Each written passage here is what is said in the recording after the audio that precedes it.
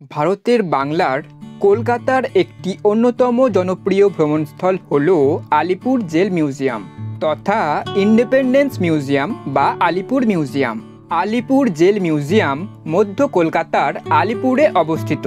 Alipur jail museum হল আসলে Alipur central jail, যেটা 2019 সালের ফেব্রুয়ারি মাসের 20 তারিখে বন্ধ করে মিউজিয়ামে কনভার্ট করে দেওয়া হয়েছে। 15.2 একর জায়গা জুড়ে অবস্থিত এই আলিপুর সেন্ট্রাল জেলটি ব্রিটিশ আমলে 1906 সালে তৈরি করা হয়েছিল। আলিপুর জেল মিউজিয়াম জনসাধারণের জন্য আনুষ্ঠানিকভাবে খুলে দেওয়া হয়েছিল 2022 সালের সেপ্টেম্বর মাসের 21 তারিখে। আলিপুর জেল মিউজিয়াম বর্তমানে West Bengal housing infrastructure development corporation এর দ্বারা পরিচালনা করা হয়। এই আলিপুর জেল মিউজিয়ামে রয়েছে বিভিন্ন স্বাধীনতা সংগ্রামীদের নামের সেল, যেনাদের ব্রিটিশ শাসনকালে ইংরেজরা এই আলিপুর সেন্ট্রাল জেলে বন্দি করে রেখেছিল, যেমন Netaji cell, Nehru cell, doctor B C. Roy cell, Deshbandhu cell, Deshapriya cell প্রভৃতি। এছাড়াও আলিপুর জেল মিউজিয়ামে রয়েছে জোড়া ফাঁসির মঞ্চ, INA theme cafe, Netaji exhibition room, watch tower, light and sound show এর ব্যবস্থা, বিভিন্ন স্বাধীনতা সংগ্রামীদের ব্যবহৃত নানান অস্ত্র, ব্রিটিশ শাসনকালের নানান জিনিস, আলিপুর সেন্ট্রাল জেলে বন্দীদের জীবনযাপনের মূর্তি দ্বারা নির্মিত নানান দৃশ্য, তাঁত কল, ভারতের প্রথম মহিলা প্রধানমন্ত্রী ইন্দিরা গান্ধীর এই জেলের ভিতর নেহরু সেলের কাছে গাছের নিচে বসে থাকার মূর্তি প্রভৃতি। আলিপুর জেল মিউজিয়ামের বর্তমান প্রবেশ মূল্য 30 টাকা। বর্তমানে মঙ্গলবার থেকে রবিবার দুপুর 12টা থেকে সন্ধ্যা 6টা পর্যন্ত আলিপুর জেল মিউজিয়াম খোলা থাকে। বর্তমানে এই মিউজিয়াম সোমবার বন্ধ থাকে, তবে পরবর্তীকালে কিন্তু প্রবেশ মূল্য, বার ও সময়সীমার পরিবর্তন হতে পারে।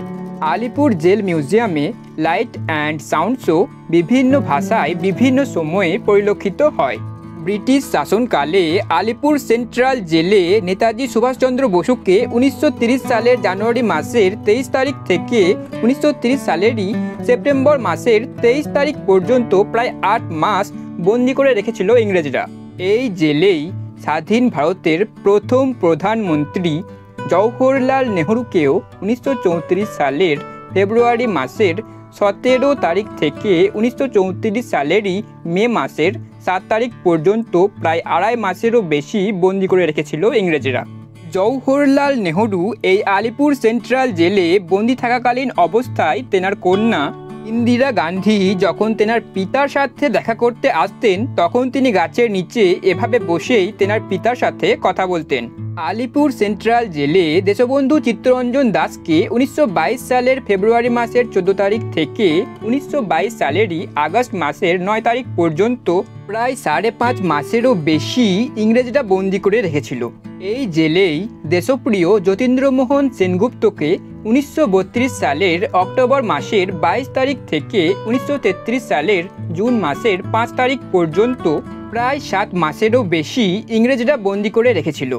এছাড়াও ডক্টর বিধানচন্দ্র রায়কেও 1930 সালের সেপ্টেম্বর মাসের 5 তারিখ থেকে 1931 সালের জানুয়ারি মাসের 16 তারিখ পর্যন্ত প্রায় 4 মাসেরও বেশি এই আলিপুর সেন্ট্রাল জেলে বন্দি করে রেখেছিল ইংরেজরা। এই আলিপুর সেন্ট্রাল জেলে ব্রিটিশ শাসনকালে বিভিন্ন স্বাধীনতা সংগ্রামী এই ফাঁসির মঞ্চে শহীদ হয়েছিলেন, যেমন কানাইলাল দত্ত, সত্যেন্দ্রনাথ বসু, চারুচন্দ্র বসু, দীনেশ গুপ্ত, দীনেশ মজুমদার, বীরেন্দ্রনাথ দত্তগুপ্ত, গোপীনাথ সাহা, প্রমোদ রঞ্জন চৌধুরী, অনন্তহরি মিত্র ও রামকৃষ্ণ বিশ্বাস। ব্রিটিশ শাসনকালে আলিপুর সেন্ট্রাল জেল এর এই তাঁত কলে জেলে বন্দীদের দিয়ে কঠোর পরিশ্রম করানো হতো এবং তাদের উপর অনেক অত্যাচারও করা হতো। আলিপুর সেন্ট্রাল জেল এর এই সংগ্রহশালায় রয়েছে বিভিন্ন স্বাধীনতা সংগ্রামীদের ব্যবহৃত নানান অস্ত্র, যেমন ছুরি, রিভলভার, নানান ধরনের বন্দুক এবং আরও অনেক কিছু। ব্রিটিশ শাসনকালে আলিপুর সেন্ট্রাল জেল এর এই ওয়াচ টাওয়ার থেকেই আলিপুর জেলের ভিতর লক্ষ্য রাখা হতো।